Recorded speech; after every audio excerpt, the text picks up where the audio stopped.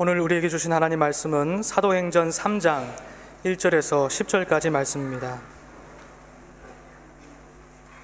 사도행전 3장 1절에서 10절을 제가 봉독하겠습니다. 오후 3시에 기도 시간이 되어서 베드로와 요한이 성전으로 올라가는데 나면서부터 못 걷는 사람을 사람들이 떼매고 왔다. 그들은 성전으로 들어가는 사람들에게 구걸하게 하려고 이 못 걷는 사람을 날마다 아름다운 문이라는 성전 문 곁에 앉혀놓았다.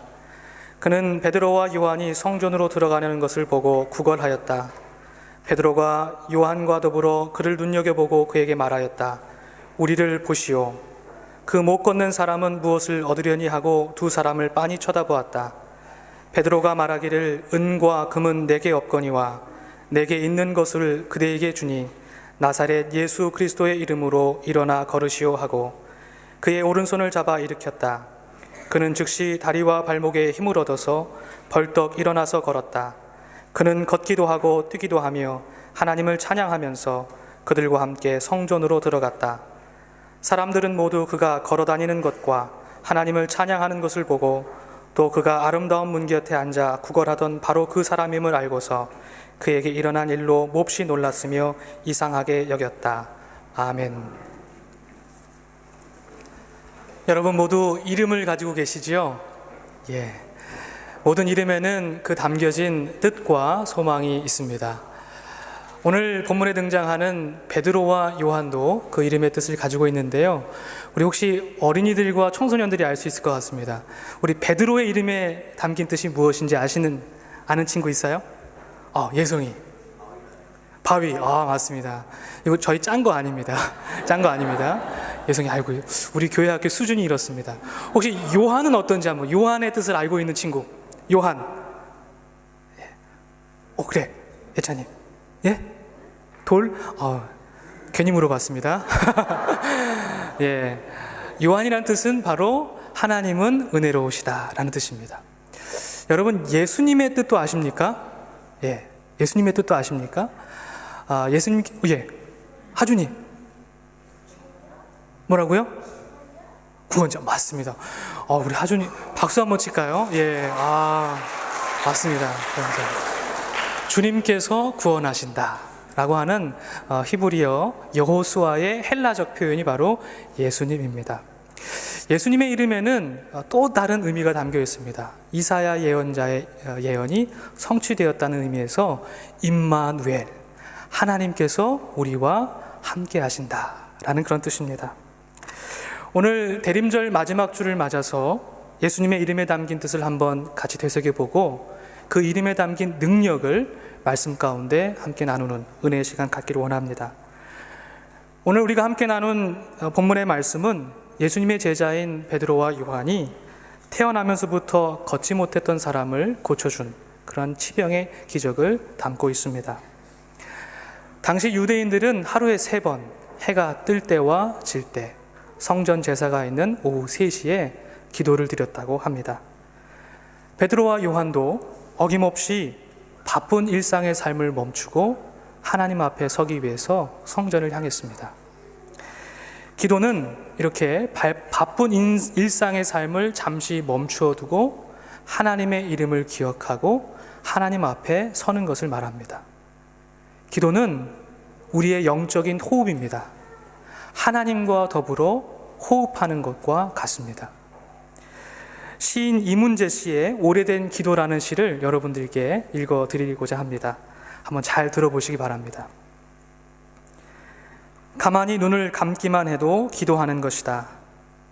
왼손으로 오른손을 감싸기만 해도, 맞잡은 두 손을 가슴 앞에 모으기만 해도, 말없이 누군가의 이름을 불러주기만 해도, 노을이 질 때 걸음을 멈추기만 해도, 꽃진 자리에서 지난 봄날을 떠올리기만 해도 기도하는 것이다. 음식을 오래 씻기만 해도, 촛불 한 자루 밝혀놓기만 해도, 솔숲 지나는 바람 소리에 귀 기울이기만 해도, 갓난아기와 눈을 맞추기만 해도, 자동차를 타지 않고 걷기만 해도 기도하는 것이다. 고개 들어 하늘을 우러르며 숨을 천천히 들이쉬기만 해도 기도하는 것이다 라는 시입니다. 바쁜 일상을 멈추고 하나님과 함께 숨을 쉬는 시간, 우리에게 꼭 필요한 시간이라고 믿습니다. 기도하는 사람들은 지금까지 보지 못했던 것을 보는 그런 은혜를 경험하게 됩니다. 베드로와 요한도 그러했습니다. 익숙한 풍경 속 성전의 아름다운 문에 앉아 구걸하는 한 낯선 남자에게 시선이 향하게 됩니다. 우리를 보시오 라고 말하는 베드로와의 말에 안진뱅이는 제자들을 보았습니다. 4절과 5절에 보니 그들의 시선이 서로 찰나와 같이 교차되고 있는 것을 보게 됩니다. 그 순간 베드로와 요한은 무엇을 보았고 그 안진뱅이는 무엇을 보았을까요? 아마도 안진뱅이는 베드로와 요한에게 무엇을 얻을까 해서 그의 호주머니를 보았을 수도 있습니다. 그러나 베드로는 그 사람 안에 있는 예수로 말미암은 믿음, 예수에 대한 믿음이 자리할 자리를 볼 수 있었습니다. 그래서 베드로는 그에게 은과 금은 내게 없으나 내게 있는 것을 주니 나사렛 예수님의 이름으로 일어나 걸으십시오 하고 말했습니다. 그의 비워진 마음 가운데 예수님의 이름이 담겨지니 한 번도 걸어보지 못했던 사람이 걷기도 하고 뛰기도 하며 하나님을 찬양하면서 성전을 향해 들어갔다고 성경은 우리에게 알려주고 있습니다. 무엇이 주저앉아 있었던 그 사람을 일으켜 세운 것일까요? 그것은 다름 아니라 예수님의 이름이었습니다. 예수님의 이름에 담긴 뜻, 임마누엘, 하나님이 우리와 함께 하신다. 그 확신이 그로 하여금 그러한 놀라운 삶의 변화를 가져올 수 있었습니다. 오늘의 말씀은 우리에게 예수님의 이름의 능력이 하나님께서 우리와 함께 하심을 신뢰할 때 나타난다는 사실을 우리에게 분명히 가르쳐 줍니다. 12절과 16절에 보면 이러한 놀라운 변화는 제자들의 능력이나 경건이 아니라 예수의 이름을 믿는 믿음, 예수로 말미암은 믿음, 그 믿음에 있음을 우리에게 분명하게 가르쳐 줍니다. 사랑하는 어린이 그리고 청소년 여러분, 그리고 성도 여러분, 하나님께서 예수님의 이름을 우리 마음밭에 새겨 주셨습니다. 하나님께서 나와 함께 하심을 신뢰할 때에 그 예수 그리스도의 이름의 능력은 나타나게 됩니다.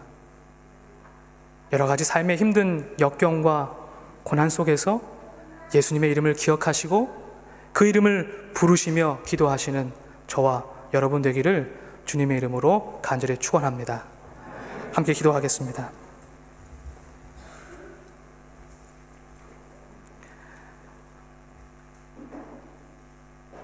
우리 아버지 되신 하나님 감사합니다. 우리의 마음밭에 예수 그리스도 이름을 담아주시고 그 이름에 힘입어 기도할 수 있도록 믿음 주심 감사합니다. 하나님, 우리가 하나님과 더불어 호흡하며 날마다 삶의 기쁘고 즐거운 순간, 어렵고 힘든 순간마다 주님의 이름을 부르며 기도하고자 합니다. 성령 하나님께서 우리의 연약한 믿음을 도와주시고 우리의 삶 길과 믿음의 길을 인도하여 주옵소서. 감사드리며 예수님의 이름으로 기도합니다. 아멘.